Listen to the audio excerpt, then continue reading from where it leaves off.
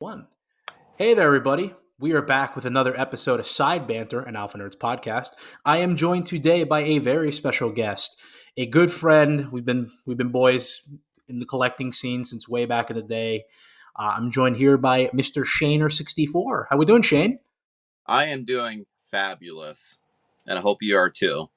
I am doing a lot better. Like we had the show planned for like over the weekend, and I think even the week before. And then I got deathly ill and couldn't talk. And I have a job where I talk for a living. I'm basically a teacher, and if you can't talk, then I noticed can't do your job. So I was off work, just sitting around hacking up a lung. But we're good now. We're good now. So I'm glad I'm good. I'm glad you are well. And we are here to talk a little bit about one of our favorite systems, the N64. But before we get to that, how did you and I meet, Shane? Let's go down memory lane here. Well, I really had to think about it actually because it's been so long. But originally, I Yeah, think I met you at what was it? The Elite game store, Games. Elite Yeah, Games, yeah, in Lewisburg. Yeah, I didn't know you that well. Actually, I didn't know you at all, and that was kind of yeah. our first interaction. It's one of those things where I notice a lot of people I still interact with today. I like just awkwardly met somehow, like in that situation. We just met each other. We're like, "Hey, what's up?" And then Yeah. yeah. So Yeah, see, my memory of that is you came in and you had these like just pristine copies of just anything you would bring in was just always pristine. So I remember you brought in like I don't know if I remember the game specifically. I just remember the box being just like in the most amazing condition possible. there was a And then you, Conquerors. yeah, it was Conqueror's Bad Fur Day. And I think it was a Smash Brothers. I I think thought it you brought was, in two, yeah. yeah, and then also a random Fire Emblem Shadow Dragon standee, which I don't know what actually happened Yeah, I to. think about that standee from time to time. Sometimes I actually sit there and I think I'm like, what the hell happened to that thing? Like I it don't know just whatever floats. happened to it either. Like Because I like always think to look on eBay for him because I always wonder. I've never seen a normal one. no, and I never like I bought it off you and I kept it in the store and I never took it home or sold it. So I don't know whatever happened to it. One day it was just gone. I'm like, Yeah, oh, that maybe was a some. cool one. The eyes lit up. I remember if the batteries. Yeah, and I'm like a huge Fire Emblem simp. So whenever you had that, I'm like, oh, I need that like ASAP. Well, and it's amazing too. You think back when I sold that to the store there, you guys like that game wasn't near as popular what it was today. And I remember No, back then it was still becoming like it was still kind of becoming its own in the U.S. at that time. And now yeah, it's like a huge yeah, thing. So that was like before it hit big. yeah. Because I think what Marth randomly popped up it was like Marth and Roy were like Yep. randomly in Smash, and then all of a sudden they're like, oh, people like Fire Emblem. So Yep. it's crazy. But yeah, I And then they had remember that. Yeah, Ike from what Path of Radiance, I think. Yeah, and then there's someone else. I I remember. oh I can't think of his damn name. Not Blyleth. Who's the other one? Crom. I think it's Crom Yeah, from the because 3DS one. Marth, Roy, Crom. Gosh, there's like And 8 of them in there now. Like they just kept yeah, adding them. yeah, they started churning them out. But yeah, no, I definitely remember that Fire Emblem standee. And yeah, just anytime you'd come in the store, you would always just bring in like pristine, like minty, fresh freaking stuff for us to buy off you. Which back now we look, years later, we probably killed you on price considering how the expensive things are now. It was a if we different really, time. I know I kind of miss those times where like Oh retro yeah. collecting wasn't insane thanks for nothing COVID and maybe the game chasers debatably, but Yeah, it's strange how it all happened because, like you said, back then, like I collected games back then, and like nothing was like it is today. I mean, today it's like a whole different world with prices and everything. And I mean, like the dumbest stuff just goes for ridiculous money today. Like you could have a game it's like 5, 10 bucks. You add a box in a manual, you're jumping up like 100, 200 bucks. oh And yeah. back in the day, that would always only add like 10 bucks or something. Like it wasn't anything unless it was something outrageous. But it's like even common titles today are just it's insane. Oh my, yeah. It's I feel like it really blew up during COVID. Like you think Mm-hmm. everyone who had like disposable income and nothing to do was like, "Oh, let's all get all these retro games." So now I think there are all these just collections just sitting there collecting dust because people, kind of had their fun and then are over it, but now they're just sitting there and I'm like, everyone's waiting for that bubble to burst. I don't know if it ever will. And I was actually just about to say that. You beat me to it. Like, I always hear it all the time. Like, oh, it's going to burst. It's going to pop one day. And I'm like, is it though? Like, I've been hearing that for like 4 years now. And it's like, if anything, it just keeps getting worse. Like, I look at prices like today and it's like, and see, and that's the thing. I used to be able to go in game stores, anything. And like, I could be like, oh, that game is $10. That game is 20. I could name prices just off my head. Now it's like, I don't keep up anymore with every little thing. And like, I don't know prices anymore. Someone tells me a Neither do price of I. something. I'm just like, what? Yeah, I'll sometimes like glance at price charting just if I'm like curious because sometimes I'll like look at my PS4 collection, even PS5, and I'll look at like what stuff is worth. And like randomly, Final Fantasy VII Intergrade, like the North American version, like shot up in price because it's out of Mm-hmm. print. So I'm like, when did this happen? So like I like seeing stuff like that. But then on the other side of that coin, I hate it because like one day I was like, oh, I really want to play Blue Dragon. Then like that just so happened to be unfortunately when Toriyama passed, that game shot up too. I was like, you know what I mean? Like Very it's just like, curious. yeah. I So didn't it's know just that like one. yeah. Yeah, so you're starting to see just those crazy trends and yeah, collecting. We'll get into collecting for sure because I saw that you're going for a complete set with N64. Are you still going for one? Complete in box, Ooh, you complete poor soul. collection, and it's getting rough. I mean, like I have a couple heavy hitters here and there, but like a lot of them is just like that's what I was going on about. Like you could take like a common N64 game, it's like 5, 15, $20. Even sports titles are like a couple bucks here and there. I mean, you're instantly jumping up 30, 40, 50, sometimes $100, and like there's some that are just ridiculous. Like just throwing one out there. If you ever heard of the game Rat Attack, it's No. it's a goofy. It was a budget title back in the day. It was on PS1 and N64, but PS1 version goes for like $10. It's nothing. Now the 64 one though loses like 60. You add a box and manual, you're talking like 800, $900, Ooh, and that's it's like like, Neo Geo pricing. yep. And that's just one game. I mean, there's tons more like that. That's just like one example, and it's just like I look at some of these big ones I got to get you, and I'm just like I'm saving them is for later, but is Clay Fighter one of them? oh yeah, the sculptor's cut. I mean, I think I always check eBay every day, see what people throw in there. I think someone just threw a complete one on there for 5 grand. And I'll be honest, that's actually the cheapest one I've seen lately because the last couple sold for about 10 grand, I believe. Yeah. So Wow. That's yeah, like a that's fucking the highest. down payment on something. That's insane. Yep, and Well, that's yeah, the we'll, thing. That's hard to stomach. I mean, when you spend that much on a game, it's like, oh gosh, like I don't mind. Like I've spent a couple hundred on some games. Like I spent like 3, 4. If it's something I know that I'm not going to see again, but like once you start going up towards a grand and over, it's like, oh, like you yeah. said, that's more than some people get a paycheck sometimes. Yeah, that hurts. But yeah, we'll Mm. definitely get into the collecting a little bit later in the show. But before we get into that, what are you playing now, brother? Like what's on your radar right now as far as gaming wise? Well, I just platinum Astrobot, so and that Hell is a yeah. spectacular game.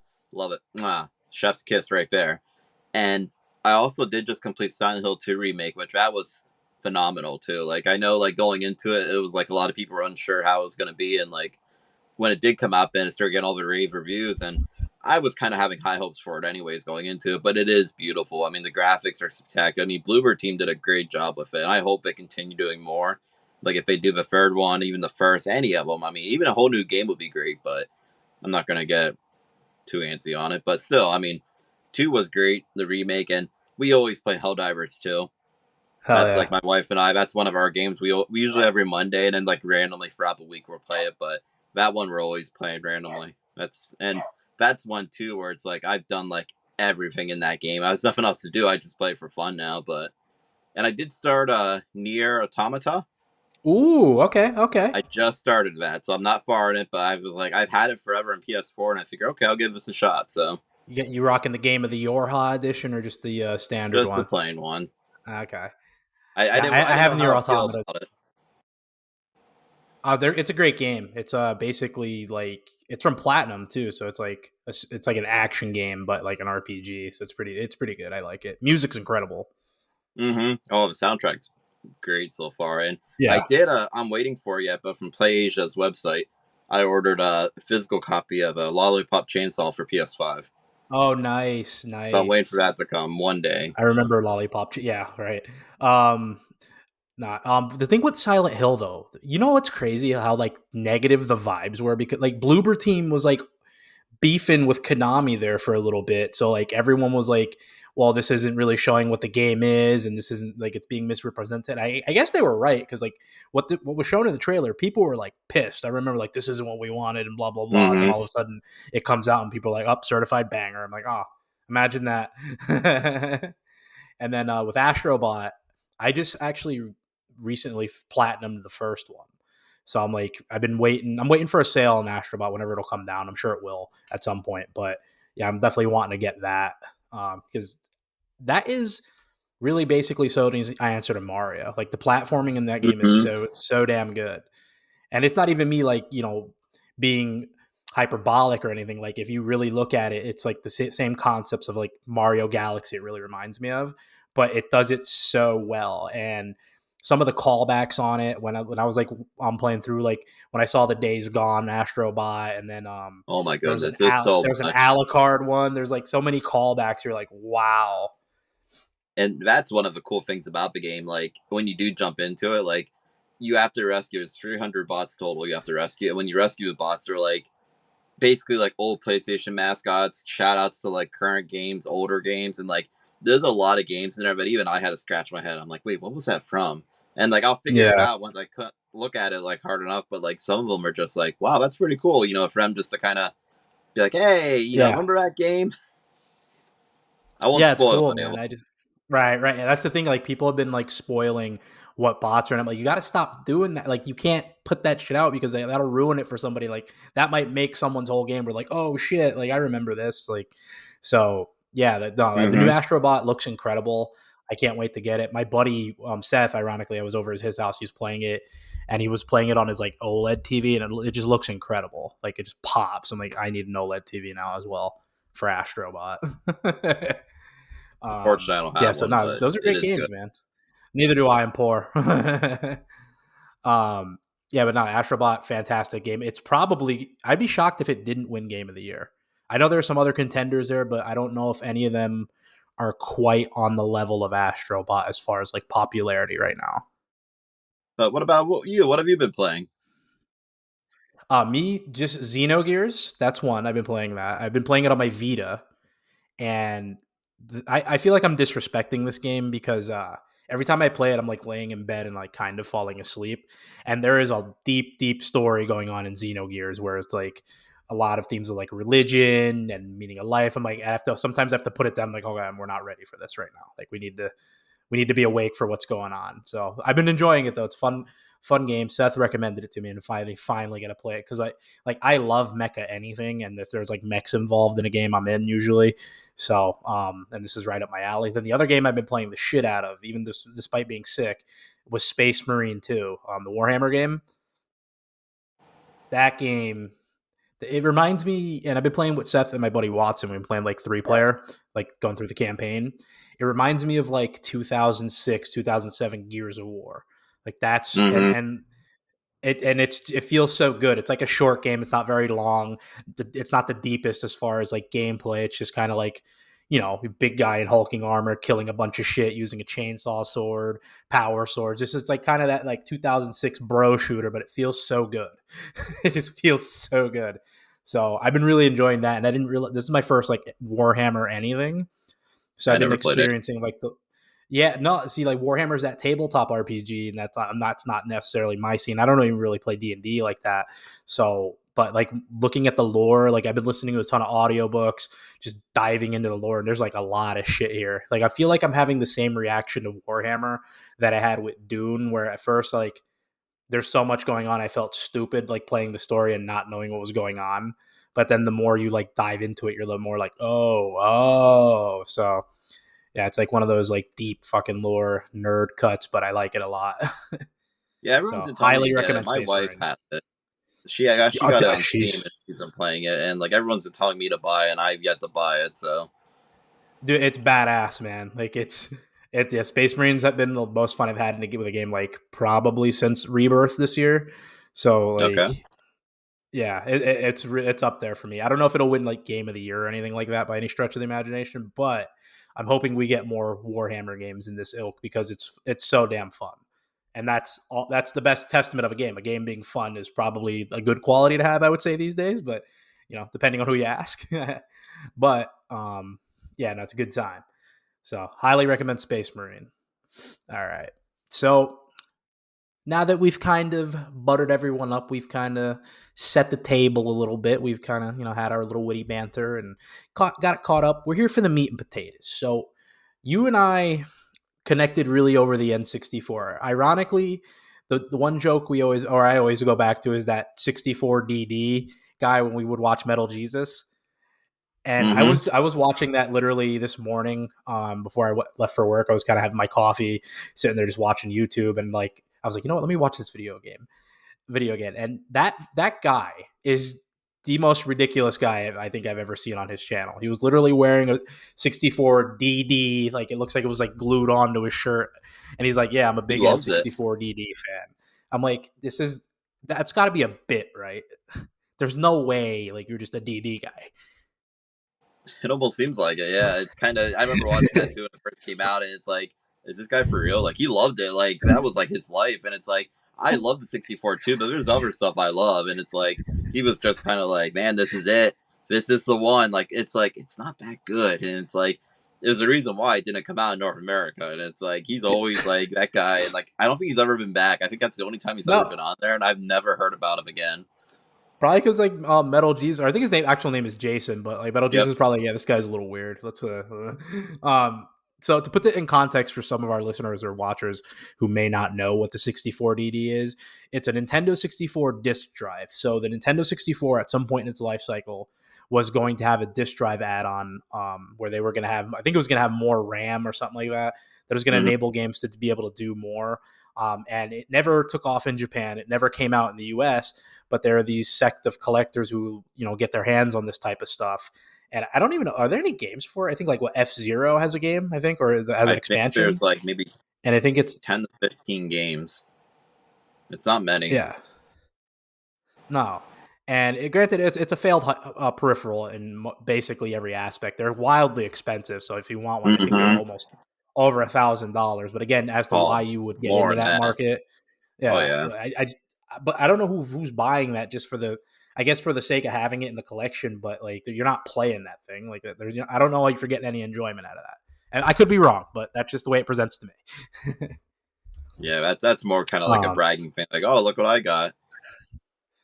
yeah, so that's to put that in context. But the reason I bring that up is, you know, that's when I think of the 64. Like now that freaking DD guy's like burned into my memory. I can't ever not giggle when I think about That's it. good. But but getting to the Nintendo 64. So what's your first memory of it? Like, do you remember when it first, as a gamer coming up, when it first came onto your radar? Like, do you remember with little Shane when he was looking into?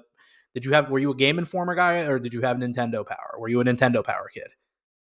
Actually, I'm gonna go off the radar here. I was an Electronic Gaming Monthly guy and a Tips Ooh, and Tricks. EGM. Yep, Okay, and okay. Tips and Tricks and Game Pro. That's what I stuck around. Those were my go-tos back in like the Hell 90s. yeah. Now, my first memory of the 64 actually was I think I was gosh, like maybe 7 when it came out, and like I remember we got it for Christmas at launch. Like it was like at the launch time when it came out. So I remember we got that, and we only got Mario 64 at the time, of course, That's because it all was a you needed. launch. There was only like 10 games out at the time, I think, when we got it, Yeah. and like I remember I played that so much.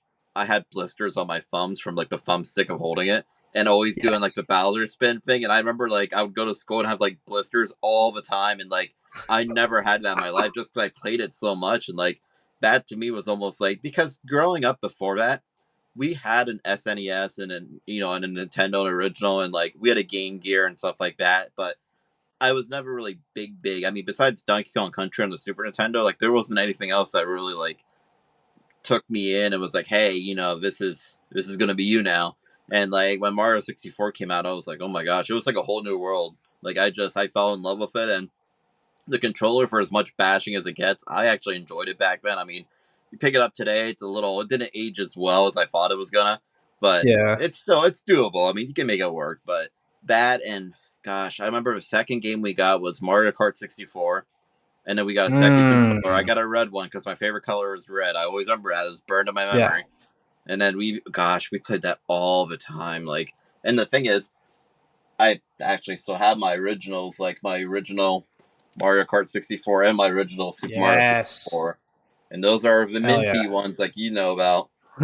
So that's my These are like original. literally pristine. Like if you ever for some reason find yourself in Shane's game room, these games will be literally like they came out of the factory. I don't know how you do it. How do you make sure they're like so minty fresh? Because it's like My a quality that I have like strictly that is you're the only collector I've ever encountered whose stuff is always like that. my thing is, see, growing up I was always a pack rat.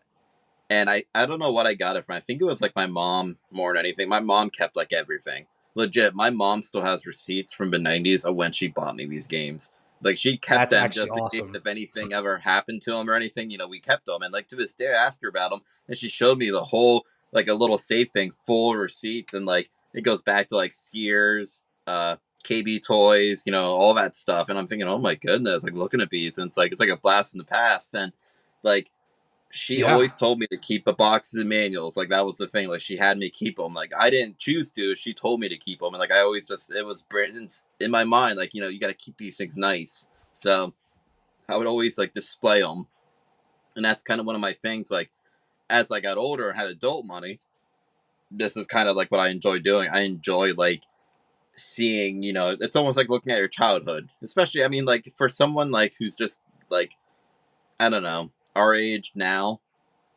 like from back then, like who's just getting into this Yeah. stuff, it doesn't hit home as much. Like for me, the 64, that's a big part of my childhood. I mean, we're talking like the 64, in my opinion, was the first console where it's like I truly fell in love with a console. And like, I mean, I played some real garbage games on that system, and it was to a point where it's like looking back on it, it's like you didn't really think like that. You're a kid, you're just playing them. You don't really think like, oh, these games suck. You play them because they're there, and or either that or you didn't have many games, and it was like you You cherished what played you what you had and you had. played it over and uh over. But huh. that was like one thing. I You ain't always kept them wrong. on the shelf, minty, and I'd try not to mess with them too much. And like I would always put them back in the boxes when I was done. That was my thing. I always kept them in the boxes, and I didn't have box protectors back then. That wasn't a thing. Back in No. the 90s, it was just you got to keep them clean and keep them off to the side. But Yeah. that was always a big thing on good looking. That's why, like, if I buy a 64 game on eBay or something now today and I get it, and I'm just like, like it's okay looking, but it's nothing like my originals look. I mean, it's like Yeah. it makes you wonder. It's like, what do some people do with these boxes? It's like, what the hell, man? But I could tell you just and some kid just, blah, just throw it everywhere. Like kids didn't care at that point. I don't know whatever happened to my boxes because I think my grandma at some point would just throw them out you're because like, like I would have like ah, yeah, I know. But back then we didn't know any better. yeah, you don't But think like that. You don't think, oh, hey, these are no. going to be awesome one day. Yeah, one day I'm going to be freaking out over a box or a crease. I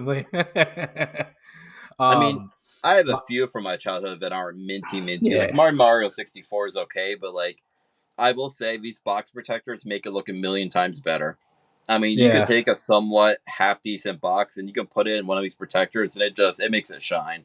It's like it takes a mm, bad looking box and makes it good. As soon as you take it out of that yeah, protector, it's like, it's okay. But yeah. I have a few Yeah, that are I'm like that. seeing some of those. I'm seeing some of those back there. You got what? Legend of Zelda, is that Ocarina of Time? Mm-hmm. Yeah, and then what? Mega Man, is that Mega Man Before, 64? yep, Pilot And then Wings. Pilot Wings. Hey, that's a great one. Mario Kart It's always a 64, launch Wave title. Race, Mystical Ninja, Misters Ooh, all right. Makers. I got a whole. I think I'm up to Yeah, about 150 completes. that's awesome. I'm a little That over halfway. Oh yeah. See, my memory of the 64, I remember I didn't know like I had Game Informer or I forget what it was called. Like I had it through Funko Land. You remember Funko Land? Mm-hmm. Yeah, so I had a subscription through there because I had like a member thingy that my gram signed up for, and I remember like seeing the Ultra 64. Like I don't know what this is, and then kind of not thinking anything of it because I was like six. I think it was like 6 or 7, and then I remember seeing the commercial for Mario 64 where he was like metal Mario, and he would jump into that liquid pile or liquid puddle. It was a commercial I remember seeing, I and know what then I you're was like, yo, this. Yeah, like I'm like this looks incredible. We got to get a 64, and I remember just begging for a 64. I don't remember if I got it at launch. I don't think I did. I remember I got mine for Christmas. And mine, I didn't get Mario 64 with it somehow. I got Diddy Kong Racing was Mm. what I got, which Mm-mm. at the at the time I thought was like an L, but I really love Diddy Kong Racing. Oh my gosh. I tell people to this day, I will take Diddy Kong Racing over Mario Kart 64 any day. Fight Oh me. yeah, I tell no, dude, people all you're the time. 100% right. Diddy Kong Racing is top tier. It's a Like, banger.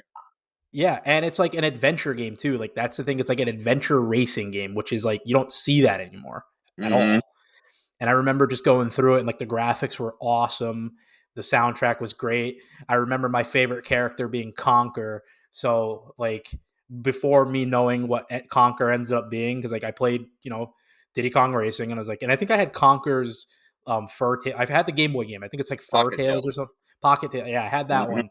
And then I remember seeing like the commercial for Conker's Bad Fur Day, but I wasn't allowed to get it because it was rated M. So I was like, or it was rated T. I forget. It had some high rating that you couldn't No, it get was it. them. Yeah, like, and I remember like I went to get it, and then like my grandma went to pay for it, and my grandma spoke no English, so like the dude in the store explains to my grandmother like, hey, you have to be 17, and she was like, well, no, he's not 17, so I never got to play it because apparently it was too violent, but like it's Conquer. So and then years later, I found out that it's just a game where he's just a giant scumbag, which is actually really funny when you think about it. Like they Yeah, were it's that not bold. bad. Overall gameplay and stuff of the game isn't bad. Really, all it is, it's basically Banjo Kazooie. It's the same Yeah, engine. It legit runs off the same world, same engine. It's just kind of like Conquer and kind of its own thing. I mean, they even speak the same kind of when they talk and stuff with the gibberish yeah. kind of some of them do. But Yeah, it's just so funny they did that with him specifically. Like, but it makes that game unique. So that's what I remember of the N64. But I remember just I got it with the gray controller. We got two controllers with it, and I remember just playing Diddy Kong Racing, and I remember like getting all the items, racing Whiz Pig. Who like I remember when in the one race where he's like right behind you. I remember that like freaking me out because you're like feeling the pressure, like oh shit, he's like right there. Or the one dinosaur who cheats, who like he'll like take off before the freaking race starts. a lot of them are like Um, that. But Whiz Pig, oh my yeah, gosh, that was rough. The first time you race him. When you race him the yeah, first time when he's on foot and flying, oh my gosh! I remember I did that so many times as a kid, and like I was relentless. I would not give up. I kept going back and back and back, and finally one day, I even had the got strategy it. guy. I still have it sitting over there actually, and like That's actually awesome. I remember going through and like I was trying to figure out how can I beat this guy, and like I remember the two biggest tips they gave you was play as Tip Top the Turtle or Yep. Tipsy the Mouse because they're the Yeah, lightest because they're light. characters. Yep, and then you got to like you legit have to hit every speed up. If you miss one, you might as well restart the You race. ain't It was like winning. you have to get Yeah, it perfect. And I remember when I yeah, finally did, I was almost in tears as a kid. I'm like, oh my god, like I couldn't believe it. I was like freaking out at yeah, the end because like you said, he's right on your tail, and it's like freaking out, like spazzing. But and yeah. then the second time you race him later on in a future Funland, it's like that wasn't even that bad. It's like No, that you think it first would have been race, the that's other like way around. yeah. No, for sure. I shout out to Diddy Kong Racing. I wish it would come to the freaking either Xbox Game Pass or the Switch Online. Like, bring me back Diddy Kong Racing with some online component, and that I'm good. Like, I'll play that It all was on the day. DS. Yeah, I remember they brought it out on DS, and so I thought Mm-hmm. maybe there'd be a shot that it would come back because they brought back GoldenEye, and I think Perfect Dark is out. So I'm like, Yeah. come on, give me one more. Well, I saw the new rumor one is Banjo Tooie, or did that come out already? Yeah, yeah, it's coming out from. I'm Oh pretty sure I wow! saw a tweet from Nintendo. I was gonna say Was I saw something about that recently. Yeah, I think they So added it to they're Switches putting Online. rare stuff out there. Yeah, no, I love that because that's like some of the best games on the 64 were the stuff from Rare. Like, even though people are controversial about Donkey Kong 64, like I thought Donkey Kong 64 was good, but there are some people who like do not like that game. Yeah, I Um, enjoyed it. yeah, so did I. So I was like, yeah, I thought it was great.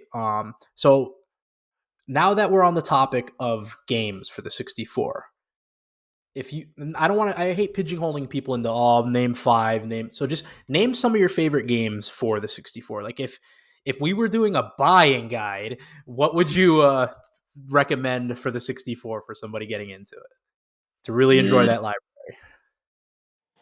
I mean, if you're looking for like top notch games, even like some, I don't know, like I don't want to say hidden gems. I hate that term. Sometimes people say hidden gems, or like I always say kind of stuff like under the radar or like stuff you don't hear about. And like the Hidden first one that gems. comes to my mind, it's always Chameleon Twist. Okay.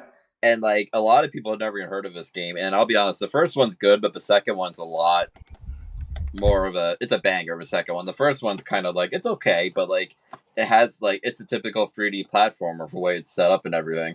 So, and that's like you said, the bread and butter of the N64 is platforming. I mean, Oh that's yeah. where it all started, the 3D platformer. And like another one that comes to my mind is Rayman, Rayman 2. Yes. And actually, I did Yes. just get one today. Actually, that's basically Rayman 2, Tonic Trouble.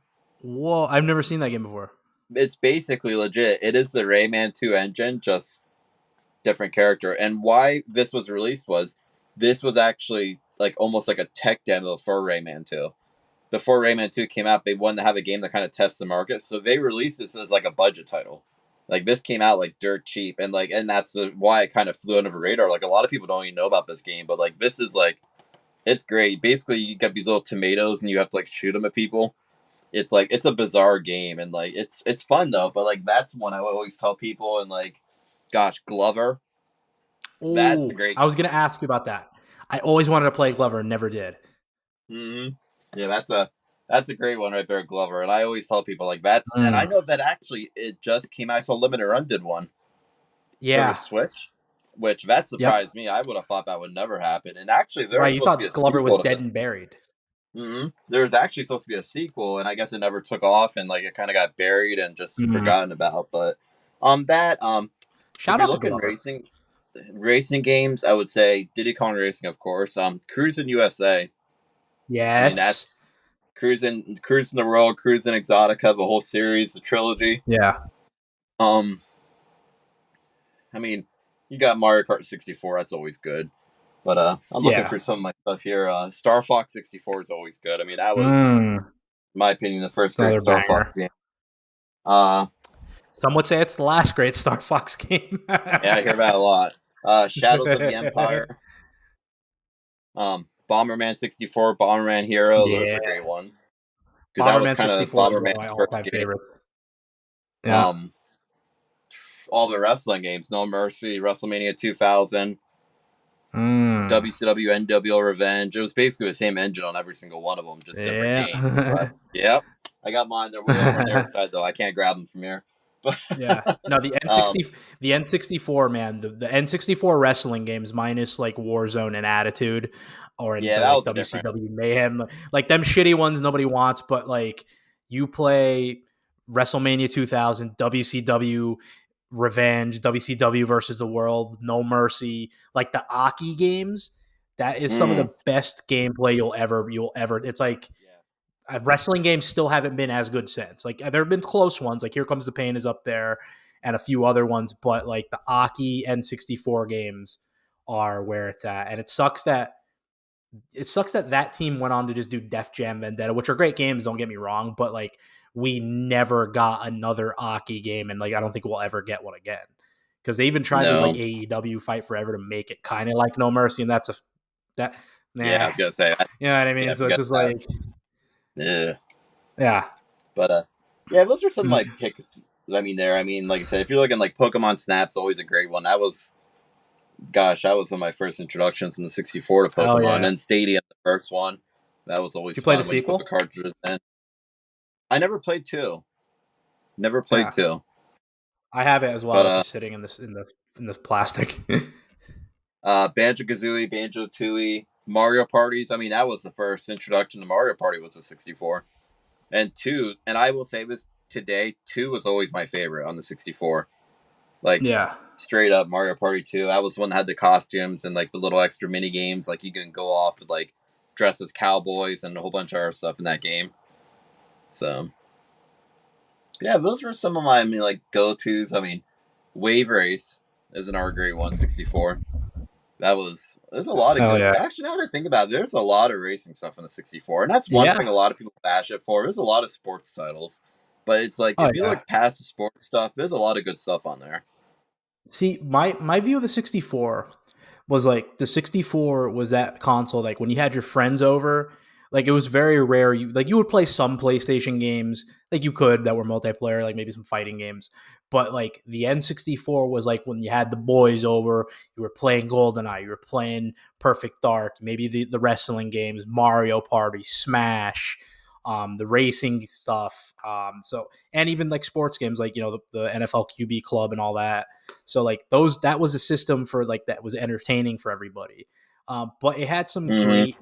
totally great games, like shooter wise on it.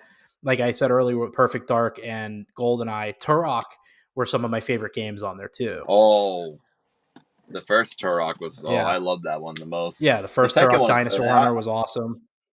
Mm-hmm. Hmm. I forgot all about Turok. Yeah, Actually, then that's a what? great one. Yeah, Turok, Doom. I remember I had Doom 64. That was good. I enjoyed that. I think Duke Nukem 64. Like so, like I always played a ton of shooters on the 64. It was like the shooter console for me. Hell yeah. Mm-hmm. Yeah, there's a So lot of good stuff. Huh? now Quake, I one. Quake. Yeah, I have an infamous memory. I remember my cousin. He got Superman 64, and I remember us being like excited for it, like, yo, it's a Superman game, this is gonna be dope. And then I remember us like trying to fly through the rings and it just like glitching out, and we're just like, what is this jumbled mess? And I always remember like that was like he spent birthday money on getting Superman 64. I'm pretty sure it was his birthday. It was either birthday or Christmas, one of the two. And yeah, he spent like money, and that was just like a fat stinky L. I was like, oh, Yeah, I that mean that's the hurts. thing back then. I mean, I think about that now that you said that. Back in the day, it's like when we bought games when we were kids, like we didn't have the internet. So like when No. you went out to go buy a game, it's like it was kind of sometimes it was throwing a dart at the wall and thinking, okay, let's see how this is. You just don't know. And it's like I've had a lot of games I remember buying when I was a kid that were like 50, $40, and I thought, oh, these should be good, and they were garbage. And it's like, but then I've also bought some games out of the budget. I remember the old budget bins. They had like a Walmart, like 10, Yeah. $20 Oh yeah. games.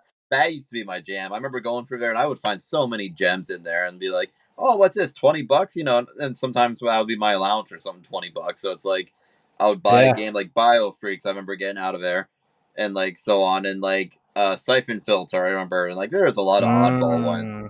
But like I Now for remember me it like, was like back in the day they were shout only out. like $20. Yeah.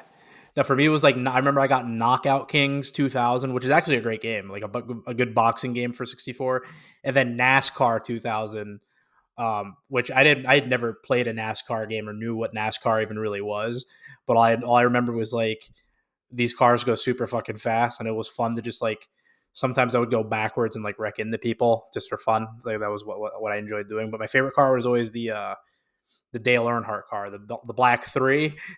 I think Yep. it was called The what, the good rents. Dominator or something like that. Yeah, the Good Rents. The Yeah, I was Intimidator. like the Intimidator. So I knew it was something like that, Yep. and I'm like, oh man, Dale Earnhardt's my guy. And then like yeah, that's how I literally got my rudimentary knowledge of NASCAR, was playing NASCAR 2000, because I would use that car. Who was the Cartoon Network guy? Was it Kurt Wallace or something like that? I'm trying to think of his name. Kyle Who drove the Petty. Was it Kyle Petty? Well, he was the Ah, Hot Wheels 44. I'm trying to think who drove the Cartoon Cartoon Network, I Network think, was car. the 9. Was it? It was Steve Grissom. It was kind of an unknown guy. Yeah, Yeah. it was like some random car, but I would always pick it because it was the Cartoon Network car. The cool thing about that car is they always had the coolest paint schemes. I remember, like, because they would always take, like, every week it was different. Because one week it would be Yeah, like Dexter's Laboratory, one week it would be Powerpuff Girls, one week it yeah, randomly had like some new show and there. Ed, Ed and Eddie was on there. Like, it had so many different ones, like a Scooby Doo paint scheme randomly, and yeah. it's like every week they switched it up. You know what's funny about NASCAR? A quick aside: I didn't know the Jeff Gordon car. I didn't know what DuPont was until like a year ago. Oh, it's paint. I didn't know that. I was like, oh, it's paint. Yep. Yeah, it's a paint company.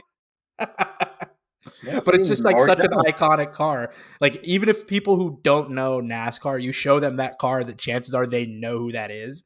But yeah, I'm like, what? I never knew the DuPont. I was like, oh, somebody pointed that out to me like a year ago. I was like, oh, huh.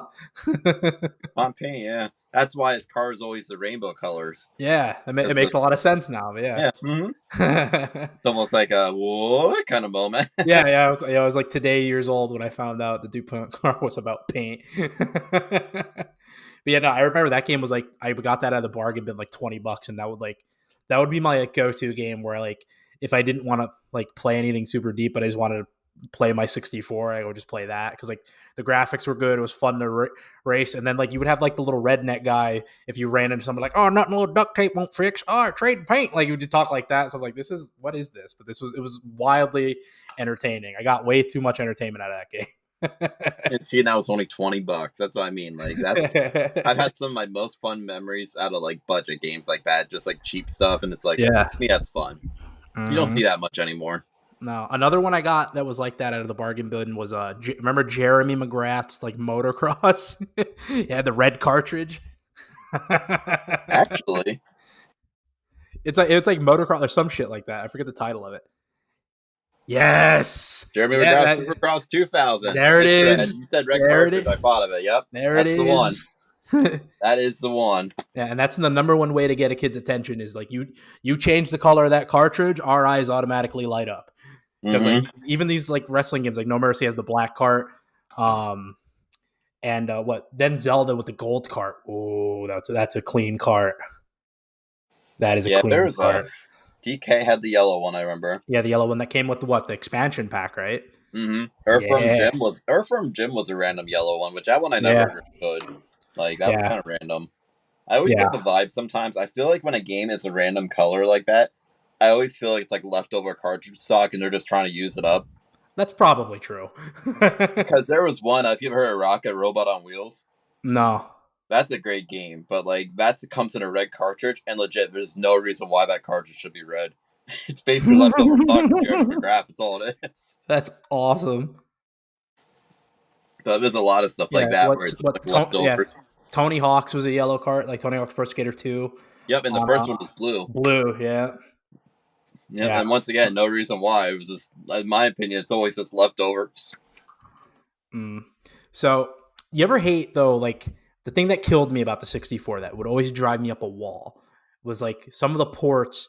You would see the PlayStation port and then the N64 port, and it would just like you would see the big differences. I remember specifically two games I remember this for: Warzone and Tony Hawk's Pro Skater 2, where like I would play I think my cousin had the PlayStation version of like Warzone. It would have this badass intro with all the video and like the Okay, music, like yep, yeah, the legit music, and then I'd go play mine that was like the Shawn Michaels themes with like with the stupid trumpet or whatever the fuck it is. I'm like, oh, yep, yeah.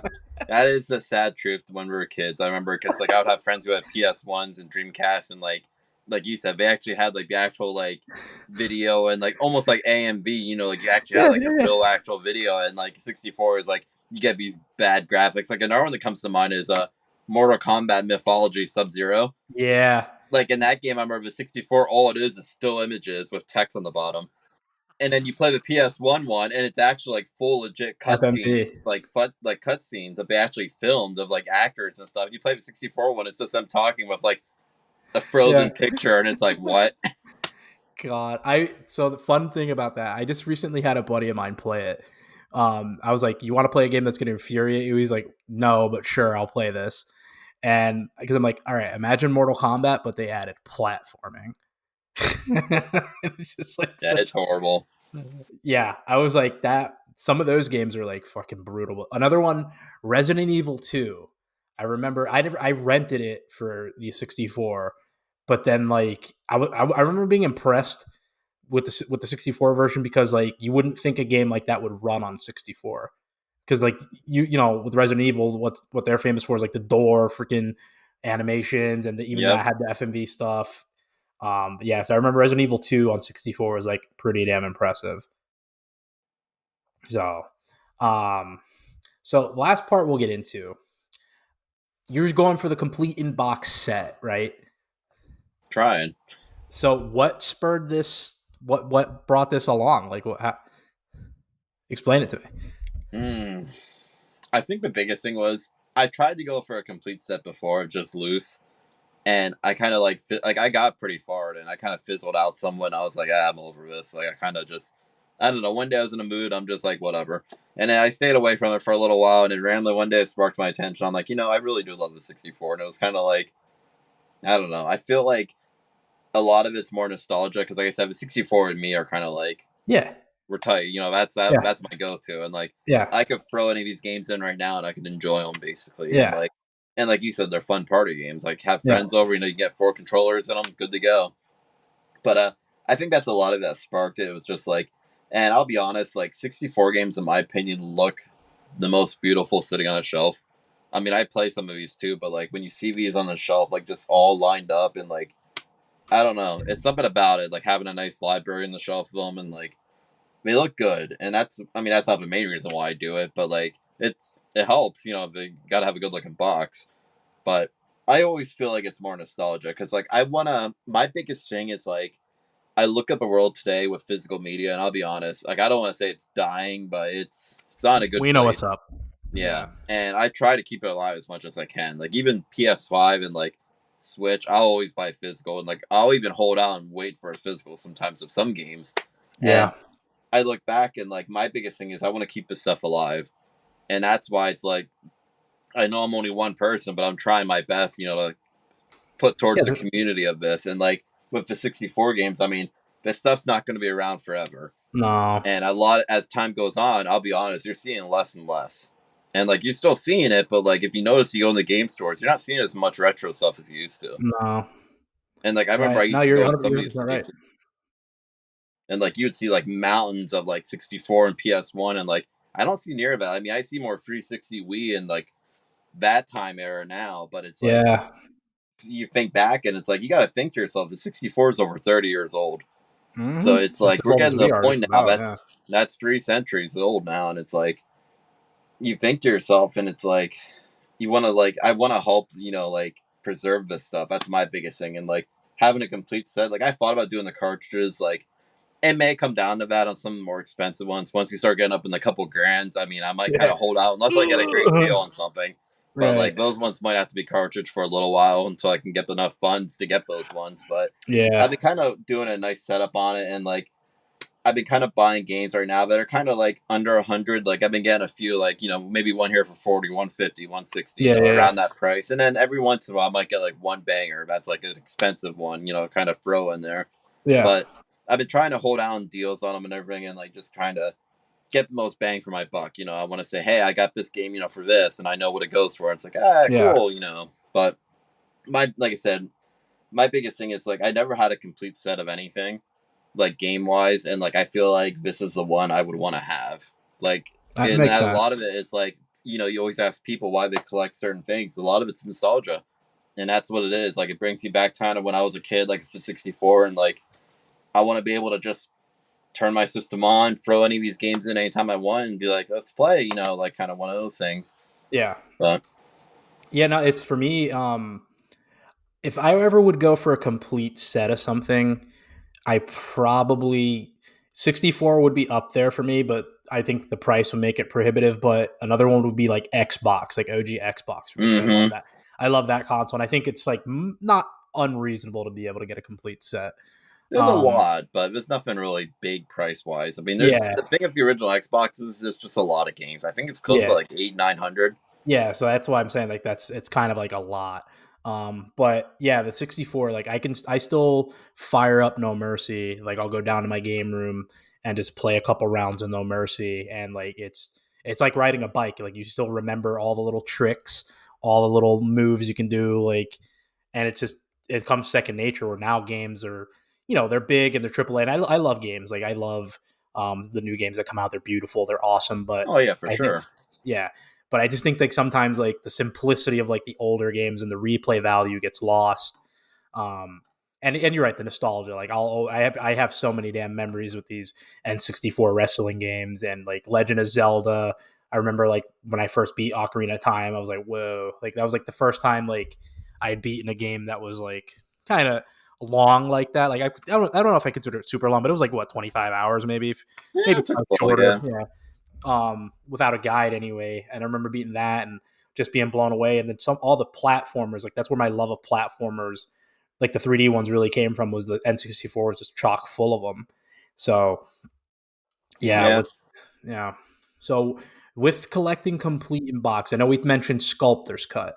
That's one of the heavy hitters, Mhm. correct? What are some other heavy hitters that are on the radar? One of them is Stunt Racer. What is that? I haven't even heard of So that. yeah, so that was a Blockbuster exclusive back in the Oh day. Yeah, no. Midway published that one, and Okay. it's basically almost like a futuristic racer, almost like an F Zero, but not to that extreme. Mhm. And that's an Ireland. Where loose, it might be like $400 or $500, but once you got a box manual, you're talking almost like 1,500, 2 grand. Mm. Yeah, Wow. and like Wow. some more is Worms Armageddon. Oh, that's a great game. Yep, that's about a grand No way. For in the box. Worms. Yeah, with the boxing Oh, manual, it's about a grand. what's it go for loose? Probably 6, 5, about half. Yeah, What? that's up there For a little bit. Yeah. Worms? Wow. And the thing is, though, if you look at its counterparts on the PS1 and stuff, you don't go for anything. It's No, just it's like, I think the 64 got less of a release. Like it was more of a later release and just didn't get out. And one of the goofiest ones, and this one boggles me. I've actually never seen this game in person to this day. I've seen it on eBay and stuff like randomly. Uh, I believe it's yeah. called Super Bowling, and it's basically legit just like a bowling game. It's just like a goofy bowling game. UFO published it. If you ever heard of them, they're very cheap, like budget No. title publishing company. And the game new was only $20. It was one of those budget title games. You find in a budget bin. Yeah. Well, now the game with the boxing manual is about 4 grand, upwards of that price, and it's nothing to brag about. It's just a basic ass bowling game. That's all it is. So it's Super But Bowling on N64? yeah, did you find it? Yeah, I'm seeing. I think these got to be repros. But yeah, like oh wow, Oh yeah, yeah, there's okay, tons of you're right. repros out there. Yeah, that's the other thing. I'm glad that actually came up. That's what scares me about like and even discs. You could probably get full too, but like the cartridges, like you see it online, and then you gotta like you gotta have some way of verifying that. So how do you Oh, there's always when you ways. get it? Yeah, what are the ways? Because I wouldn't even know that. So I always explain to people. So let me show you one here, for example. This is my original Banjo Tooie. So Yeah, this I know is authentic because this was mine. But like, if right. you You look had at the it. bottom of the cartridge, so like down here in the actual like groove of like the actual like whatever you call it, I can't think of the name of it. Yeah, it goes in the system. Anyways, 64 games will Mhm. always have that kind of tint color. Anything that's usually Yeah. like a repro will be like a different shade. So that's like the Oh, color. It's almost okay. like a brown color you want to look for. And then on the back of the cartridge here, on original 64 games, they always stamp a serial number on the back of the label. So I don't know if you can kind of Yeah, see yeah, that in the one yeah. I can line. make that out. Yeah. Yep. So that's how you tell it's authentic. So like when you look for games on eBay or anything, if it does not have that stamp on the back, it's either A, they put a new label on the back, or it's fake. Mhm. And another good way to tell too is like whenever you see a repro, the label is usually always darker. That's one way. Like Oh, I that can makes usually sense. spot them like that when I see one because you got to think it's printed out basically. So it's always Yeah. you can never get that original shade of color. And like there's other little things like when you look at the back of it, they spell Nintendo with a capital I instead of a lowercase I. So and if you read like Mm, the little fine print, like the biggest thing though, I always tell people look for the stamp though. If you don't see yeah. the stamp on the back, to me that's always a red flag. I tell people I'm like, if you do not see that stamp, I wouldn't even touch it because that means either A, the label got ripped off and they had to replace it, which people have Mm, done that, put replacement labels on. I don't yeah. have any like that, but like No. I try to stay away from that. As soon as I see that label's not there, I'm like, well, that's either fake or someone gutted it somehow. And Yeah. I mean, you can always open it too. I have the Yeah. tools like to actually open them, and like as long as you see Nintendo printed on the actual like board of it, you're Then fine. you're good. Yeah, because Mm-hmm. I know like cartridge systems are like notorious for that. Especially, I think GBA is probably the worst offender of it with Oh, Pokemon Pokemon games. game. Oh my God, Game Boy and Game Boy Advance. Oh gosh, they're everywhere. That's the thing. They trick a lot of people, and it's like there's ways you can tell. It's just a lot of people who don't know any better, buy them, and it's usually a scumbag selling them, and like they don't even know half the time. But sometimes they know. They'll buy these cheap ones on AliExpress for like $1, $2 for like a whole bunch of them, and then they're selling them on eBay and trick people. And I hate that. And it's like Yeah. if you just want to play the game, that's fine. Hey, whatever, play a repro. But I wouldn't recommend them because I mean Yeah. they're not real. They're just all the artists' cartridges that See, are my ROM. advice to anyone who's getting into like cartridge collecting, if you really want to get into it, like know what you're buying, emulate to try what you're buying first. Like I always recommend emulating.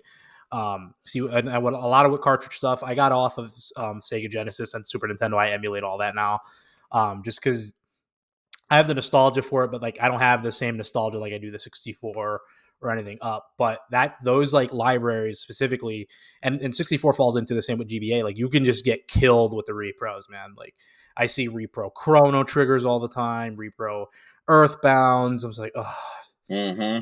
They're out and there. and yeah, and you know the crazy part is even with the pricing, half these games are out on like online services anyway, yet the prices still don't come down.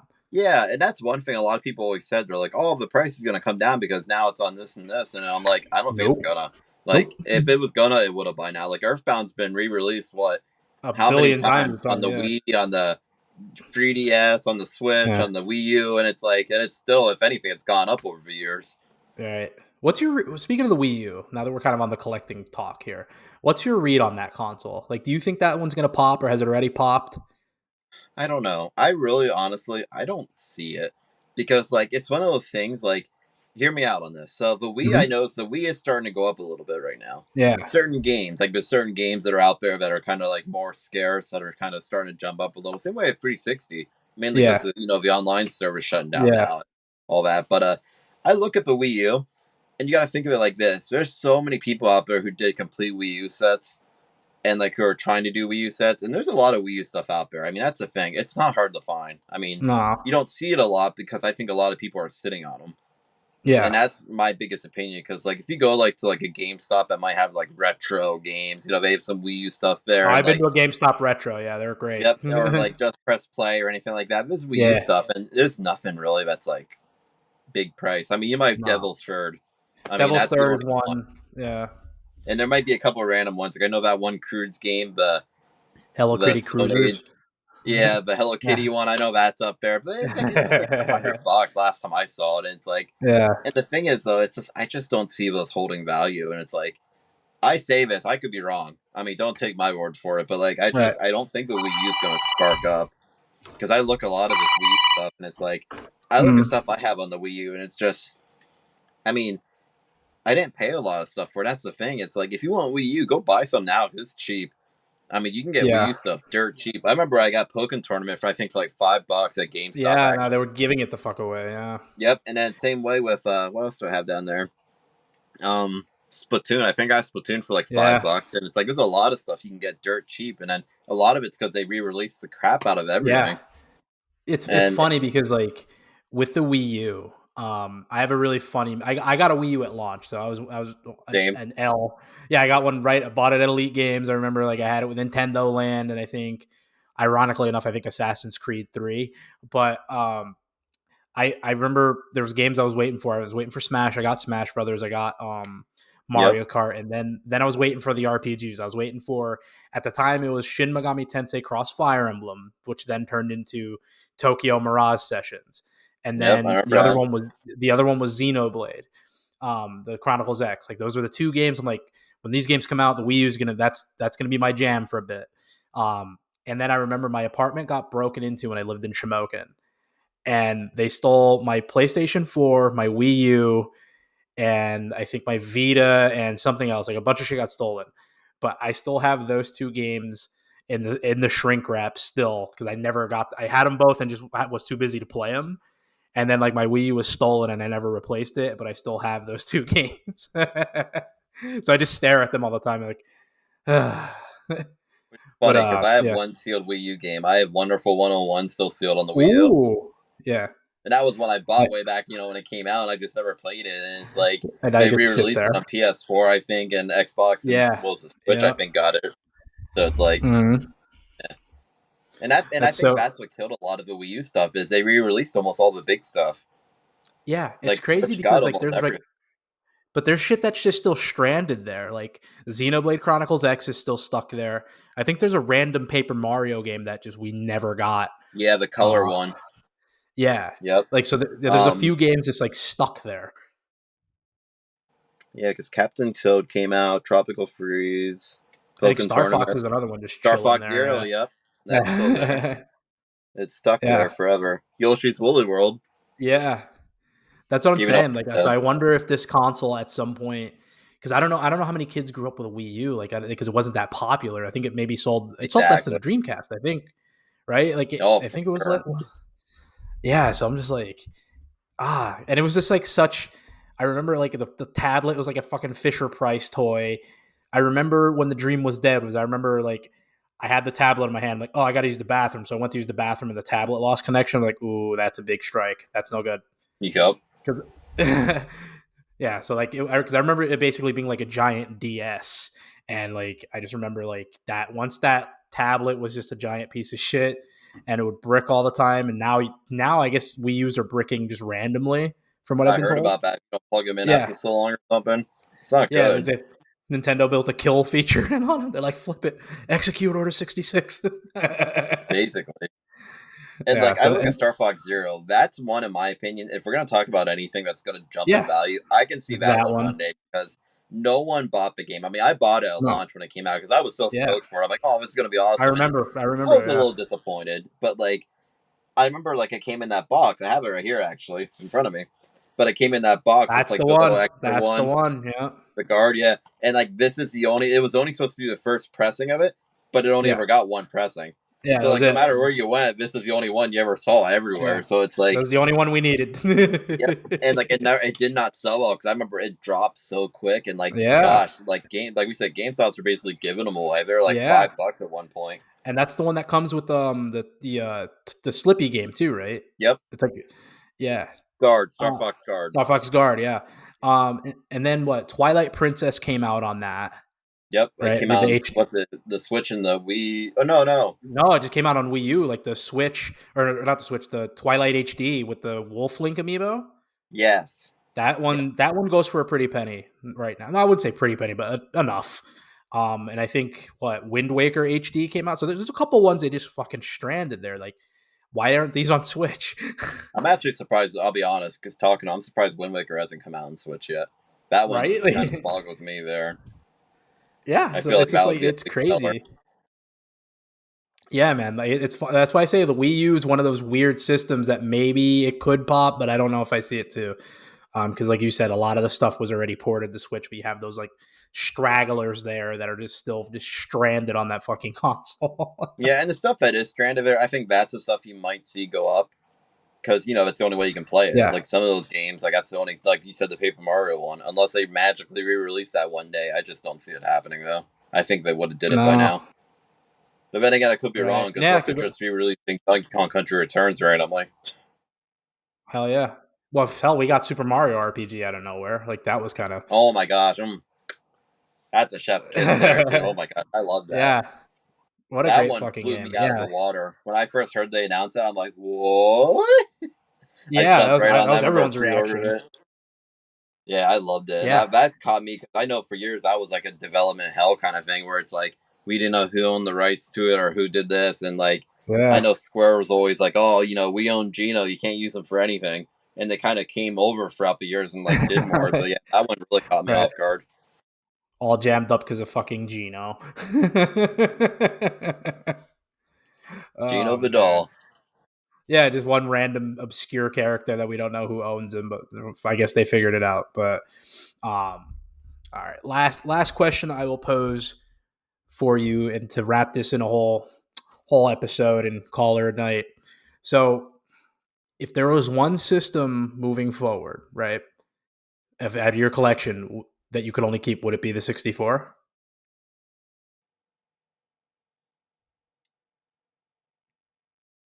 And you put me in the spot in this one. I'm picking hard.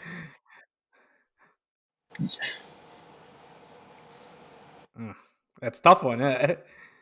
Yeah, because if I only had to keep one set, and that's the thing. I mean, I love the retro stuff, but I think I fell in love with the PS4, PS5, Yeah. and I mean, I don't know. I don't know if I would just keep that stuff, but it's like I find myself playing my PS5 more than anything anymore.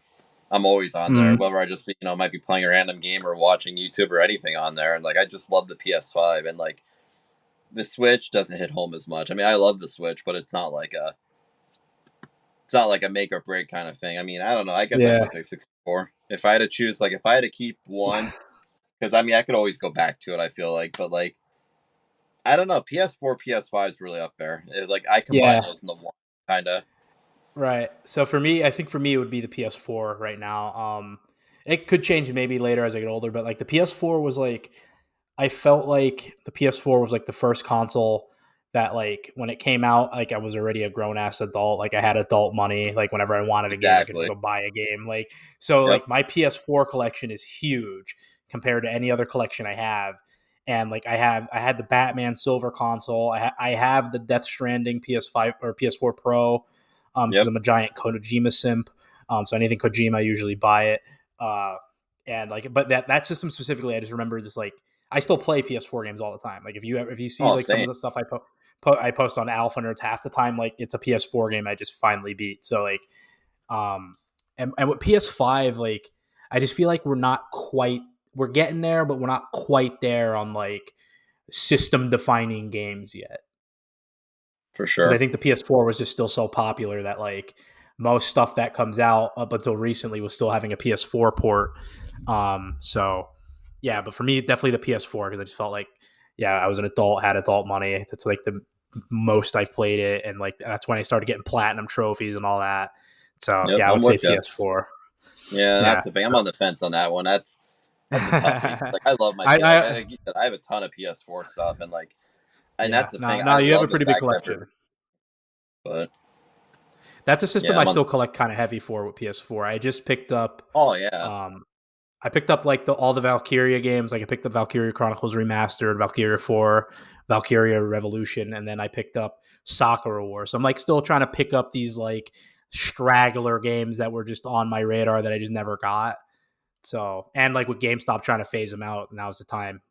yep. I was gonna say if you have PS4, it's the time to get it because it's you can get some good prices on. So and that's how I am. Like I've been picking up games left and right because just good stuff. I mean, the other day I bought like just we were just press play a little while back, and like I bought a bunch of PS4 stuff that was just marked down so much Yeah. because it's just not moving, so they just want to get rid of it. So it's like I Hmm. always say, that's the time to buy it when the stuff's cheap because you don't know you may Yeah. not go any cheaper in that, and you may not see it again. Right.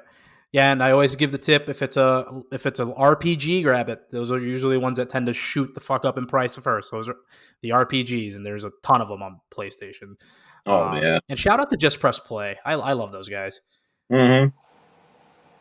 Yeah. So if you're ever in Pennsylvania, specifically the Lancaster area, check out Just Press Play, especially if you're into retro gaming or just gaming in general.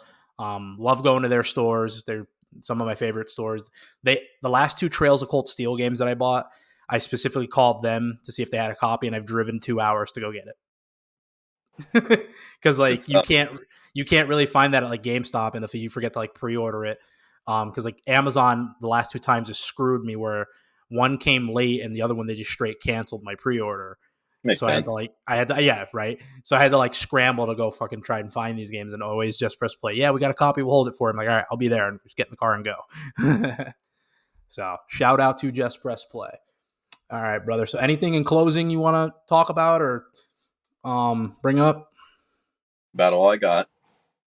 All right. So where can people find your YouTube channel, sir? It's youtube.com and the little slash thing, Shaner64. And I haven't Oh uploaded yeah, on there lately, but if you check it out, I almost have like 100 videos on there going back. So I mean, I yeah. got tons of stuff. And we actually stream on Twitch too, actually. I forgot to mention that one. We've been doing Oh yeah. Twitch Plug your lately. Twitch So if channel, you want man. to check me out. Yeah, it should just be Shaner64 in there too. So that's So another one Twitch too. slash Just Shaner 64. Yep. How often do you stream? It's random. I'll be honest. I really don't have a Yeah, schedule. Like the other day, we were streaming Helldivers on there, and like that's I did the awesome. Silent Hill 2 remake on there. We were on there playing that a little bit. It wasn't like I may do like an hour here, an hour there. Astrobot, I did some streaming, but Yeah, that's awesome. it's more Awesome. like kind of spontaneous. I'll just jump on and start streaming it. So Mm. That's awesome. Now, I know you have a merch store, so I'm going to plug it and hopefully I get this right. It's streamlabs.com forward slash Shaner N64 slash merch. I think I should got that be if right. it pops up. Yeah. So, yeah, check out his merch there. I love your logo on your YouTube channel, by the way. I'm like jealous of it. That It's a was a pretty nice good design logo. I had. I had that custom made actually. So Yeah. Yeah, it looks good, man. That's awesome. But yeah, check out his merch. Again, that's streamlabs.com slash Shaner N64 slash merch. And you have an Insta, right? yes, just I believe Shaner you have an Instagram, 64, I yeah? believe, right? Yeah. I can't. No, I it's don't even know Shaner anymore. N64. Remember? Yeah, yeah, because back in the day of social media, somebody jumped on and took Shaner 64 before you They could. beat me to it. Hard times. Yeah, it's tough time. So whoever the original Shaner64, give up that handle so your boy can have his actual name. Come on. We know who you are. No, we Mm-hmm. don't, but if we did, we'd find you. And Exactly. so for our socials, you can find us at Alpha Nerds or Alpha_Nerds on our YouTube channel. Please like, comment, and subscribe. Smash that like button, as some people say. And you can find us on, and you can find us on Facebook at Alpha Nerds Podcast. Shout us out. Give some feedback. And as always, when in doubt, square up, throw down. Have a good night, everybody. Good night.